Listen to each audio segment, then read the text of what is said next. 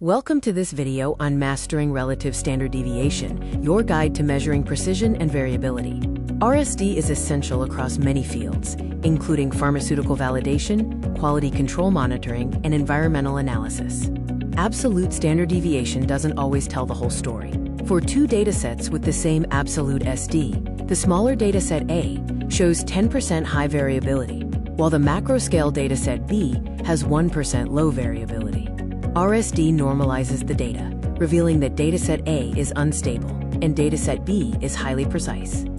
Relative Standard Deviation, or RSD, and the Coefficient of Variation, or CV, are related metrics. Both measure the ratio of standard deviation to the mean. The key difference is expression. CV is a decimal output, while RSD is expressed as a percentage, which is the preferred choice for analytical chemistry and quality control. The mathematics of precision uses this simple formula. RSD is calculated by dividing the standard deviation S by the mean X and multiplying by 100. This normalization makes the result dimensionless and easily readable as a percentage. A critical decision is whether to use sample or population statistics. For sample standard deviation, typical in lab analysis and limited data batches, you divide by N1. For population standard deviation, used in census or theoretical modeling, you divide by N. The calculation workflow involves 5 steps. First, input your data. Second, select the data type, sample or population. Third, set the desired precision. Finally, calculate the metrics and visualize the results. Use a number extractor tool if your source text contains non-numeric content. Benchmarking data quality with RSD provides clear guidelines. An RSD of 1% or less is excellent. 1% to 5% is good. 5% to 10% is moderate. High variation, between 10% and 20%, is common in environmental science.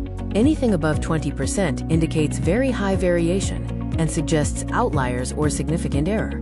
RSD is part of a complete statistical picture. Secondary metrics like variance, range, standard error of mean and median provide important context to the RSD calculation and help fully interpret the data. In pharmaceutical analysis, RSD is key for ICH method validation. System suitability requires RSD less than or equal to 1%. Method repeatability requires RSD less than or equal to 2%. And intermediate precision requires RSD less than or equal to 5%. For quality control, continuous monitoring of RSD identifies process drift or equipment failure.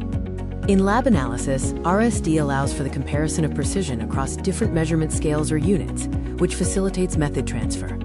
In environmental science, acceptable RSD is often 10% to 20% due to high natural variability. In clinical chemistry, RSD is used for diagnostic reliability. High RSD in clinical tests indicates compromised test integrity. There are key limitations to RSD. The zero mean trap makes RSD undefined if the mean is 0. The negative mean problem makes RSD meaningless as a percentage of variability. Also, RSD has outlier sensitivity, meaning a single extreme value can artificially inflate the RSD. Troubleshooting common questions. You cannot calculate RSD for negative temperatures because RSD assumes a ratio scale. A huge RSD with a small SD often means a very small mean is inflating the result. For experimental subsets, always use the N1 divisor.